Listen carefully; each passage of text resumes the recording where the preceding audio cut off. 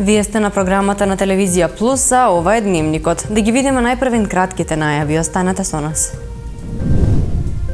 Екипите работат на справување со чадот на депонијата. Комитет е узурпиран од партии и правни субјекти. Куманово план бележи позитивно работење.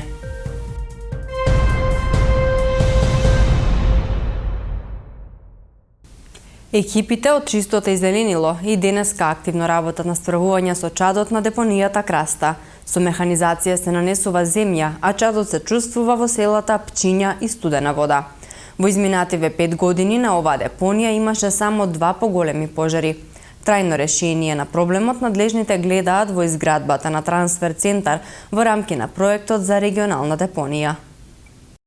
3 дена чади Кумановската депонија Краста во село Пчиња. Надлежните од јавното претпријатие Чистота и зеленило сметаат дека силниот ветер е причина за зачадувањето. Екипи од претпријатието со поддршка на приватни стопанственици со механизација нанесуваат земја. Зафатен е горниот дел од депонијата од платформата.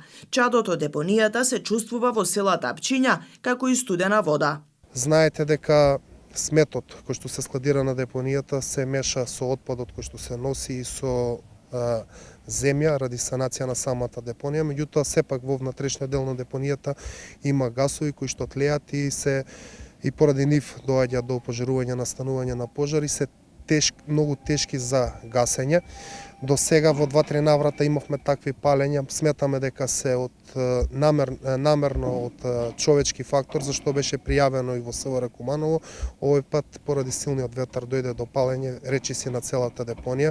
Во текот на неделата реагиравме во рамки на нашите можности како јавно претпријатие. Во гаснењето на пожарот интервенирале и кумановските пожарникари. Во изминативе 5 години на депонијата имаше само 2 поголеми пожари. Беше многу тешко за работа, бидејќи поради силниот ветер имаше многу чад и беше многу тешко за работа.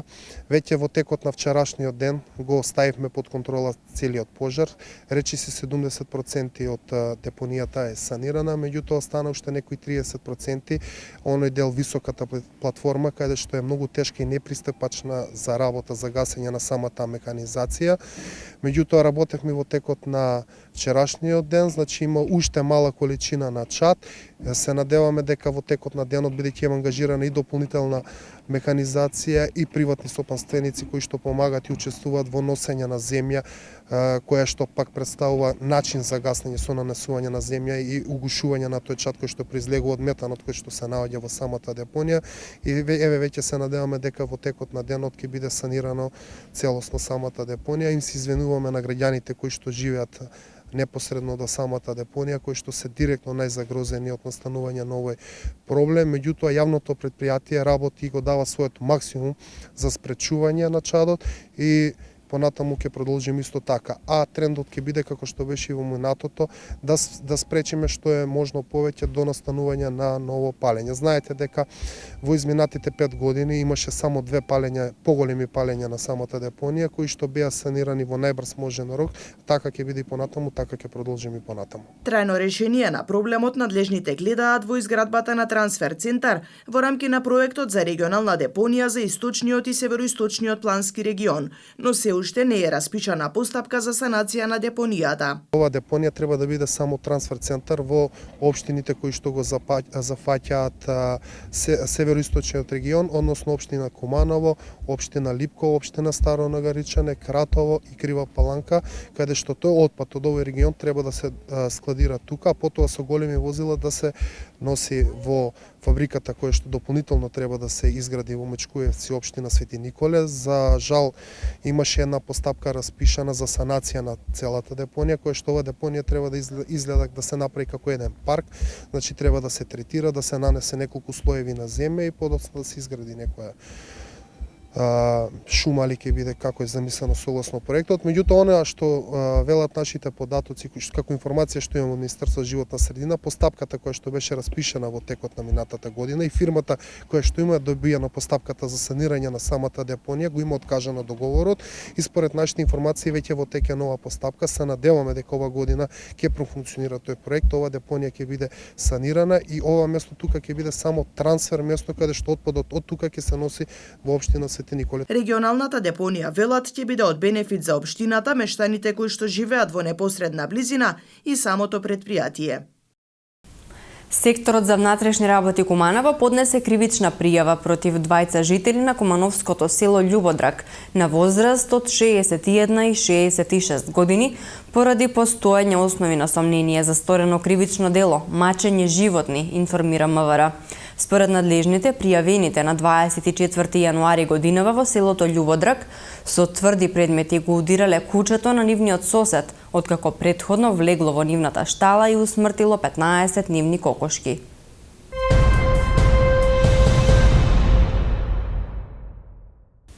Зградата на поранешен комитет е на државата, а во моментот е ничија земја, тврди градоначалникот Максим Димитриевски.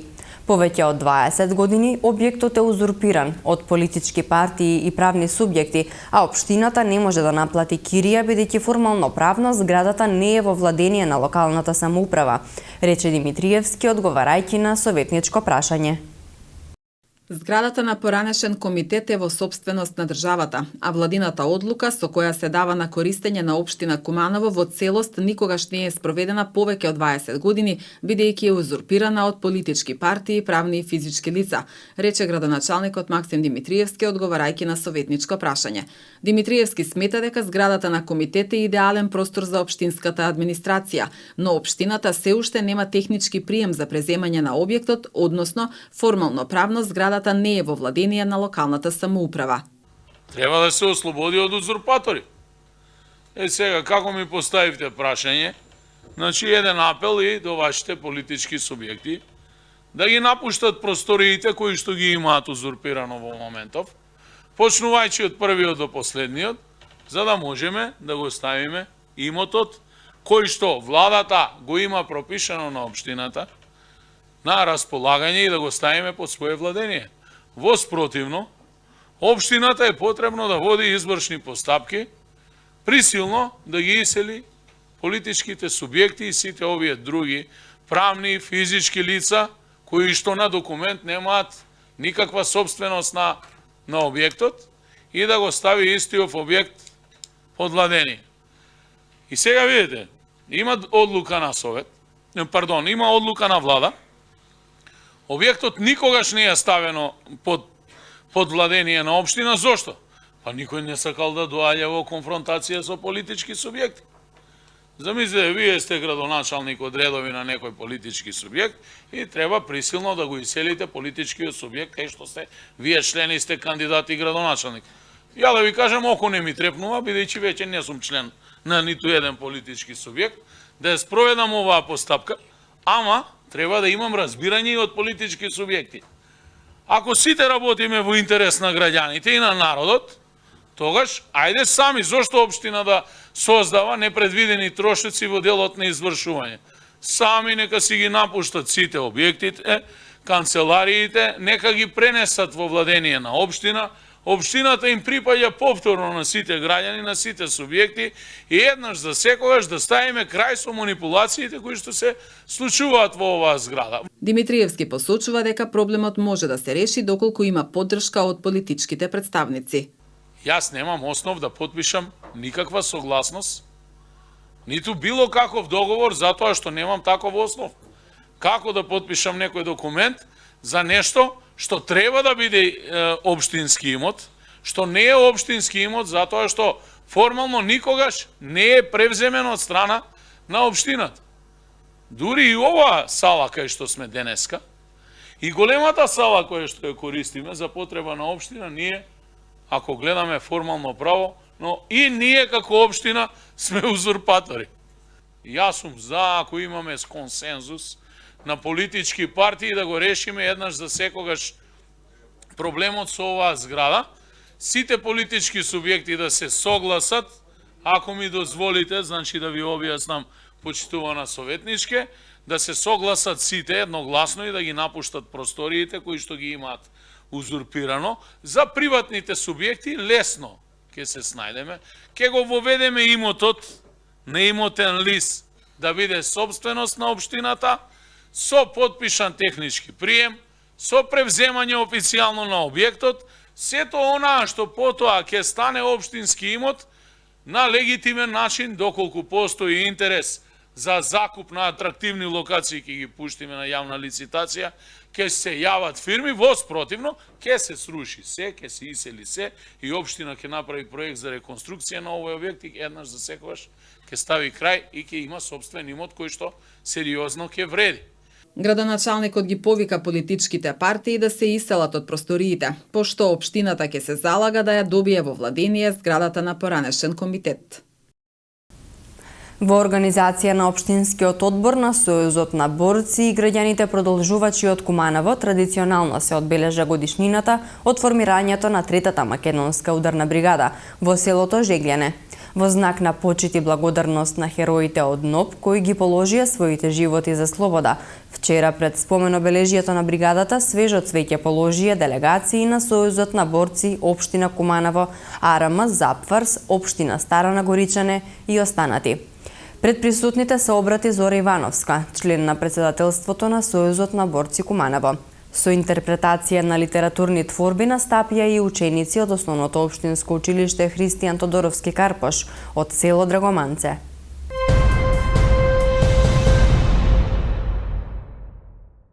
Подобрување на финансиската состојба бележи јавното претпријатие Куманова план. Ова беше истакнато на седница на Советот на Општина Куманова. Освен финансиите, претпријатието успеало да реализира и 94% од програмата на секторот за комунални работи. Јавното претпријатие Куманово план бележи подобрување на финансиското работење. Ова беше истакнато на седница на Советот на Општина Куманово, каде се разгледаа годишниот финансиски извештај за 2022 година и последното тримесечје. Претпријатието остварило добивка, но забележало значителни резултати и во намалувањето на расходите. Успех велат е и што се исполнети речиси 94% од програмата од секторот за комунални работи. Јавното претпријатие Куманово план во 2022 година го има најдобриот финансиски извештај во историјата на постоењето на ова јавно претпријатие, и тоа и по форма, и по суштина, и по транспарентност на прикажаните податоци, за кои што ние како јавно претпријатие се потрудивме да бидат толку елоквентно искажани, да можете сите вие како советници да видите што и како сме работеле и да дадете свое видување за тоа. Јавното претпријатие Куманово план, компарирано, односно споредбено со 2021 година, има остварена добивка од 428.637.000 денари. Меѓутоа, што за нас како јавно претпријатие е уште побитно, имаме намалени расходи компарирано со 2021 година од 1.140.557 денари, што значи дека јавното претпријатие Куманово план за прв пат покажува ваква висока финансиска добивка. Оваа финансиска добивка покажува дека вработените во јавното претпријатие Куманово план ќе можат да бидат постабилни, посмирени во својата работа и ќе можат да работат многу поефективно, затоа што нема да стрепат и да се доведуваат до ситуација да мислат дали на први ќе земат плата наредниот месец. Директорот Николовски посочи дека резултатите следат, иако условите за работа се исти, но системот значајно е променет. Изрази благодарност до вработените. Целта оваа година вели ќе биде да се обезбедат средства и можности за зајакнување на кадарот до екипирање. Гледаме да ги намалиме сите трошкови, уште повеќе, доколку е тоа можно, и затоа пред вас ќе дојде една точка, почитувани советници, каде што ние, службениот автомобил, што некогаш јавното претпријатие Куманово план го има преземено на трајно користење од општина Куманово, на иницијатива наша, на менаџерскиот тим од јавно претпријатие Куманово план, сега сакаме да го вратиме на општината. Меѓутоа, уште подраго ми е што ние покажавме разлика како менаџерски тим. Покажавме разлика. Направивме подобар систем, правивме подобри анализи и на крај резултатите се вакви какви што се. Покажавме дека ние сме додадена вредност на ова претпријатие како нов менаџмент. И советниците потврдија дека е забележлив позитивен тренд во работата на ова јавно претпријатие кое функционира 5 години. имајќи ја предвид општата ситуација на јавните предпријатија кои работеле со години, од финансискиот извештај кој ни е доставен нам како советници, можам да констатирам дека за ова јавно предпријатие извештајот е извонредно позитивен и за пофалба, што се однесува на работата на директорот на ова предпријатие. Ако го земаме делот на расходите кој е многу важно да се утврдува и успеот на јавното предпријатие, може да се приметува дека во секој став на расходи има намалување. И токму за успехот, за да има успее едно јавно предпријатие, главна причина е намалување на расходите, така што му честитам на директорот за ова. Овај извештај кој е данас пред нама, или ови извештаи кои су данас пред нама, тромесечни и годишни, показуju да може боле и може другачие. Драго ми е да сам ја сам себе демантовал и схватио да ово предузеќе може позитивно да функционише. Такоđe желим да похвалим, али да не испаднем адвокат, иако сам правник, а немам лиценцу, господина Бобана Николовскog, веде директора овог предузеќа, што нам е омогучио да видимо еден од најболјих извештаја, барем ја колико сам овде, а тоа е више од 5 година, детално, со деталним бројкама, со деталном презентацијом, да уопште немам дилему о чему се ради и какво е стање у предузеќу. Советниците го разгледаа и усвоија извештајот за реализација на годишната програма. Општинската организација на Црвен крст Куманово ја одбележа неделата на борба против срцево-садови заболувања, која трае од 21 до 28 февруари под мотото Здраво срце, среќно срце. Во рамки на неделата се организираа 5 едукативни предавања, од кои 4 за ученици од средните училишта и едно предавање во Сдруженијето на пензионери Куманово. На присутните пензионери им беше извршено мерење на шекер во крвта и крвен притисок. Предавањата ги одржа доктор Елена Николиќ, а присутни беа вкупно 114 учесници. Целта на овие активности беше да се подигне свеста за сериозноста на болестите на кардиоваскуларниот систем, како и едукација околу наједноставните начини на превенција кои треба да ги усвоиме како навики во секојдневното живење, и тоа како нездравата храна, физичката неактивност, употребата на алкохол и тутун, како и стресот, се едни од најважните фактори за ризик од срцеви заболувања и мозочен удар.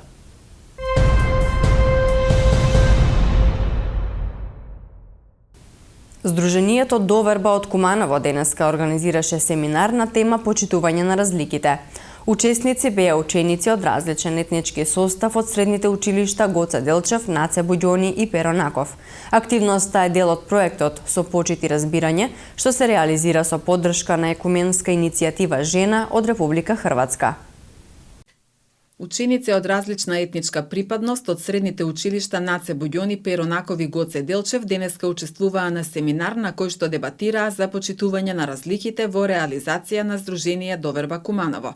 Основните цели на проектот се да се обезбеди комуникација и дружење меѓу припадници на различни етнички, односно културални групи, да се овозможи запознавање на едните со другите, што ќе придонесе за рушење на стереотипите и предрасудите, да се развија толеранција, односно потреба за прифаќање и почитување на разликите меѓу поединците и меѓу различните култури и да се укаже на потребата за ширење на сознанијата меѓу другите во средината. Моите очекувања досега се повеќе од исполнети и мислам дека секоја ваква прилика која имам е извонредна прилика да можам себе да се надоградам со нови знаења, познанства и исто така и нови искуства во моите понатамошни патеки кои ќе одлучам да се движам по тие патеки.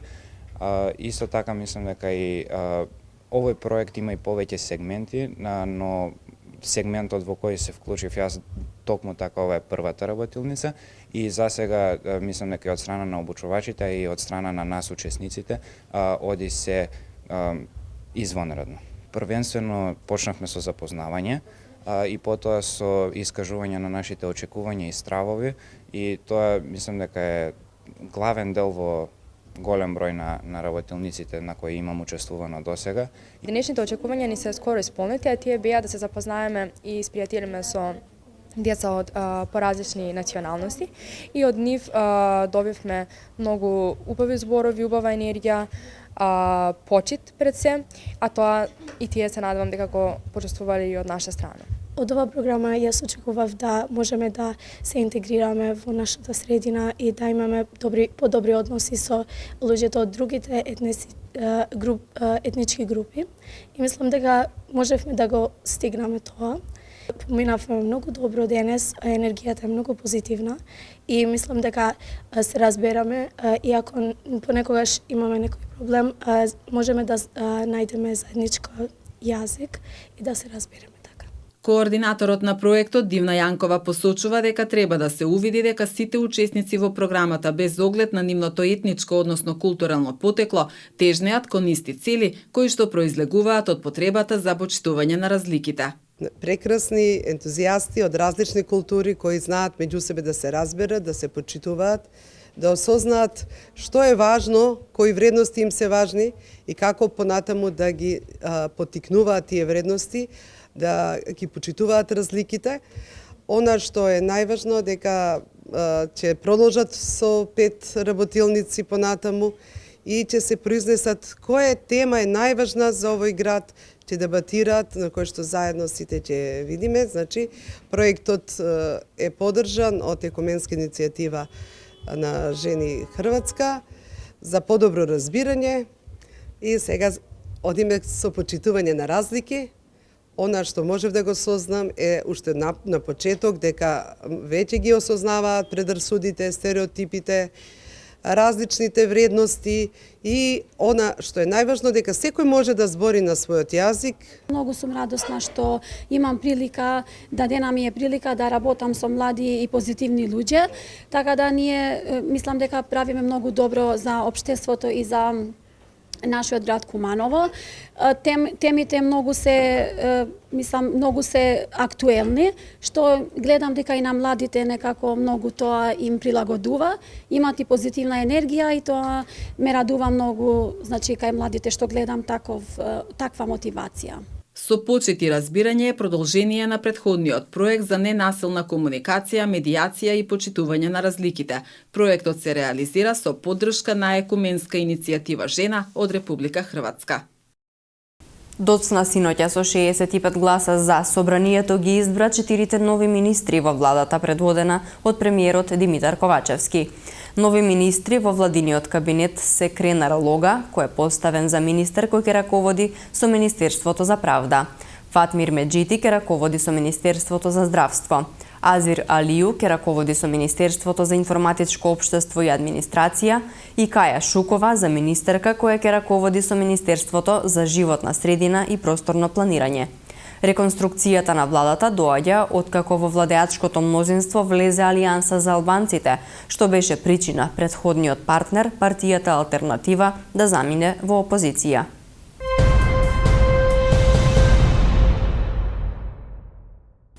Во продолжение вестите од Македонија. Владата на денешната седница ја замрзна цената на белиот леб на 33 денари. Исто така донесена е одлука и да се укине субвенционираната цена на струјата за компаниите. Цената на лебот ќе биде замрзната до 31 мај оваа година. Како што кажа на денешната пресконференција премиерот Димитар Ковачевски, овие одлуки се донесени бидејќи компаниите не ги намалиле цените на основните производи и покрај антикризните мерки на владата. Антикризните мерки ги носевме за да обезбедиме мирна и предвидлива есен и зима за граѓаните и компаниите во време на енергетска криза. Компаниите добија цена на струја преку ЕСМ пониска од берзанската. Помина доволен период од последниот пакет мерки за цените да се усогласат. Проверките на пазарната инспекција покажаа дека иако компаниите добиваат субвенционирана електрична енергија, цените не ги намалија или ги намалија незначително. Јас неоправдано покачување на цените нема да дозволам. Затоа на денешната седница цената, оваа мерка ја укинавме. Производителите на основните прехранбени производи ќе се снабдуваат со струја согласно Законот за енергетика и правилата за снабдување со струја, рече Ковачевски. Одлуките утре ќе бидат објавени во службен весник, пошто ќе стапат на сила. Производителите на леб вчера се заканија дека ќе престанат со производство ако владата ја замрзне цената. Министерот за економија Кришник Бектеши на пресконференција ги повика производителите да ги прифатат ваквите одлуки и да не создаваат хистерија. Министерот за економија Кришник Бектеши денеска рече дека има можност да се врати дневната ефтина тарифа на струја. Како што истакна Бектеши во обраќањето на настанот по повод презентацијата на студијата, ефектите од кризата со храна и енергија врз децата и семејствата во Македонија од март ќе се зголеми минималната плата. Тој најави и дека ќе се донесат неколку административни одлуки за да се заштитат, како што истакна, најранливите категории граѓани. Ќе се зголемат линеарно и платите во администрацијата, што ќе следи со зголемување на платите и во приватниот сектор, но за жал ќе се донесат и неколку административни одлуки за да се заштитат тие што се најранливи. Има дополнителна можност со новата одлука од 1 јули да се помогнат пензионерите и тие што се невработени. Има можност да се врати дневната ефтина тарифа на електрична енергија, што ќе биде дополнителна можност за тие што се дома во тој период од денот и на индиректен начин да бидат поддржани, рече Бектеши. За 7% ќе бидат зголемени пензиите од март 2023 година, согласно новата методологија која налага постојан раст на пензиите. За една година пензиите се зголемија за 16%, па со новото усогласување истите ќе бидат зголемени за над 20%. Во изминатиот период имаше и финансиска поддршка како дел од антикризните мерки за 330.000 пензионери, односно тие добија по 1.000 денари повеќе за март, април и мај.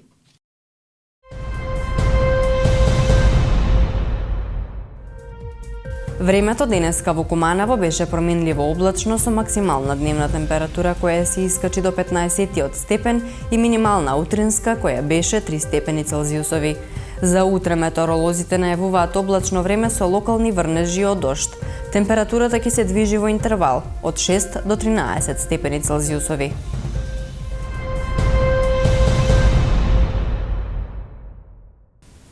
Со најновите информации од градот повторно се гледаме утре во 18 часот, а до тогаш следете на нашиот сајт tvplus.mk. Пријатна вечер.